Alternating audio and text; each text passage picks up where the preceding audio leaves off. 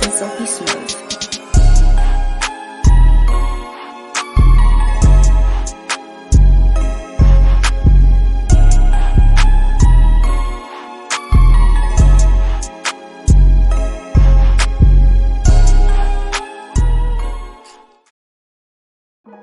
It's November of 2017, and the unthinkable, the unfathomable, and the worst nightmare of Italians everywhere has just happened.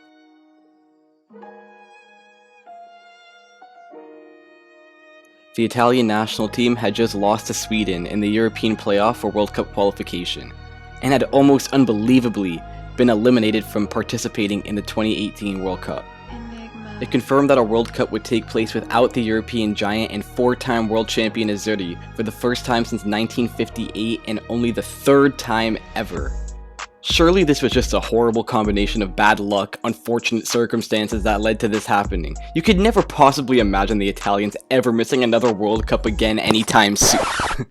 Oh, why would you look at that? It happened again at the literal next possible World Cup 4 years later. How does a footballing nation with such pedigree and a history that is so enriched with success and consistency miss back-to-back World Cups after going through several generations of not failing to qualify? Well, I believe I have the answer to that question. This is the story of a sleeping giant that has fallen victim to the same fatal mistake for 2 straight World Cup campaigns, that has left a once dominant force in world football metaphorically sleeping with the fishes.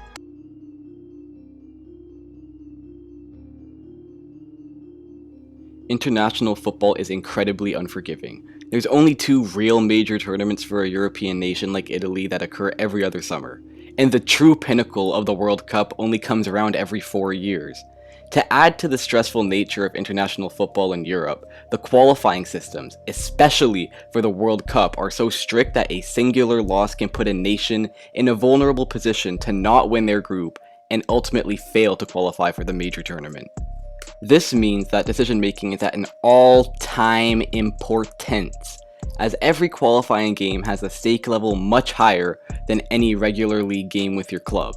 A loss can render an entire qualifying campaign as useless, and it condemns your nation and its people to waiting 4 full years until the next World Cup, where you hopefully qualified again. Decision making is important, and this is exactly the root of the issue with Italy over the last 2 World Cup cycles. Former manager Gianpiero Ventura and current manager Roberto Mancini have both fallen ill with a managerial disease at the worst possible time, respectively.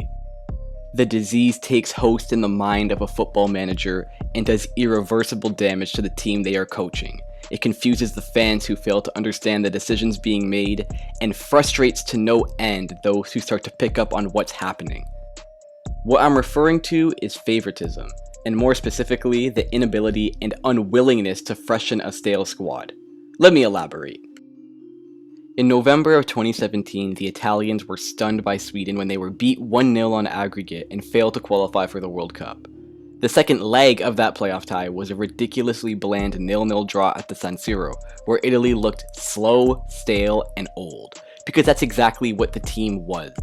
The Italians boasted a 76% possession in the game, but created a whole lot of nothing with that. They had slow passing, uninspired attacks, unimaginative and desperate lobs into the box, no pace, no creativity, no spark in the team. And it's no wonder why the team played so lackluster when you see who was chosen to be on the pitch in that all-important game. Barzagli, Candreva, Parolo, Gabbiadini, Bellotti, and more importantly, who was not chosen to be on the pitch in that game.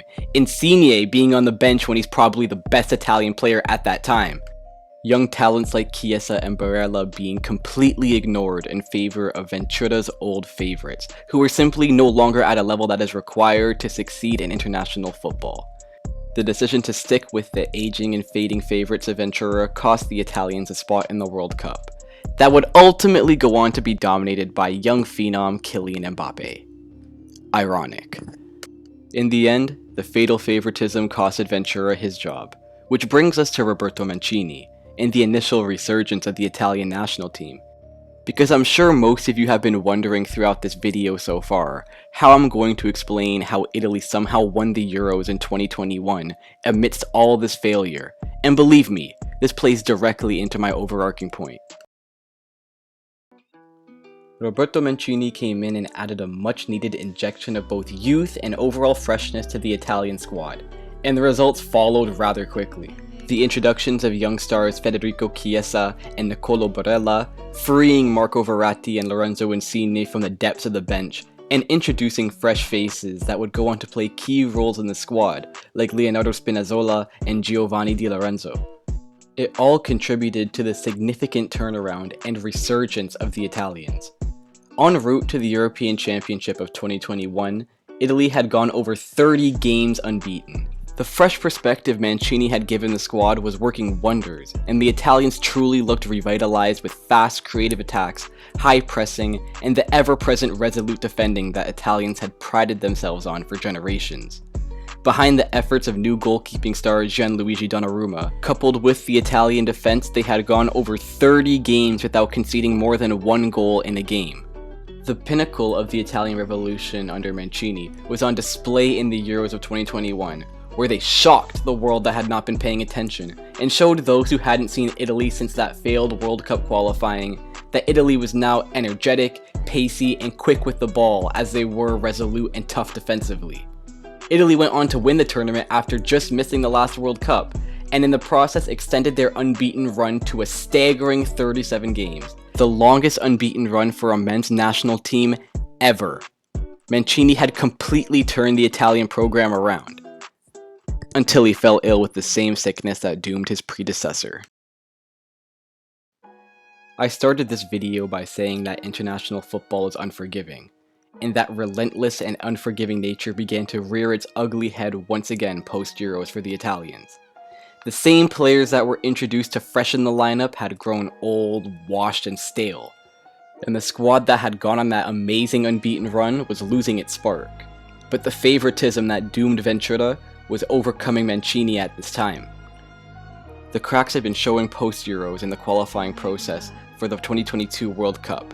After drawing both games with Switzerland, and looking unconvincing in other games against inferior competition like Bulgaria, they ended up needing a win against Northern Ireland in the last game to avoid another dreaded playoff. And then history repeated itself. November 2017, Italy draws 0-0 with Sweden after starting a stale and washed squad. And wouldn't you know, November 2021, Italy draws 0-0 with Northern Ireland after starting a stale and washed squad. They even got a lifeline with the playoff, and had a few months to reflect on that 0-0 draw, and yet Mancini still stuck with that same squad and ended up losing the playoff to North Macedonia of all teams, by the way, and doomed the Italians to a second consecutive World Cup watching from the sidelines. It was a disaster, a catastrophe of immense proportion, but worst of all, it was completely avoidable if the lesson had been taken from the failure in 2017. Yes, Mancini's favorites had gone on a 37-game unbeaten run and won the Euros, but that run was over. By the time the 2022 qualifying failure rolled around, Chiellini and Bonucci's best days were way behind them. A late blooming Spinazzola was now a player in his 30s coming off an Achilles injury. Immobile and Insigne didn't have the same spark they used to. Barella was being overused in midfield even if he wasn't having a great game. The squad was stale, and Mancini refused to change it in the same way Ventura refused 4 to 5 years earlier. I mean, Italy has many young and out-of-favor players that could have made an impact. Udogi, Gatti, Raspadori, Tonali, Bastoni, Scalvini, Gnonto, Moretti, the list goes on and on. But Mancini chose to stick with what wasn't working. He chose to stick with Immobile, and Insigne, and Chiellini, and Bonucci, and Jorginho, that simply weren't at the level needed for international football anymore. Like I said, international football is incredibly unforgiving, and the story of the Italians over the last couple years is perfect proof for how a lack of action and mistakes in as much as 1 or 2 games can seal your fate for an entire World Cup qualifying. The Italians have been plagued by favoritism that has left them in a footballing purgatory for the last 2 World Cups. They have the players to compete at the highest level, and proved it during the unbeaten run when Mancini first took over the team. But the question is, can they break out of this cycle for the next World Cup by replacing Mancini or somehow getting him to overcome his favoritism so that they can return to their previous glory? Or will the sleeping football giant continue to, as the Italian mafia might say, sleep with the fishes?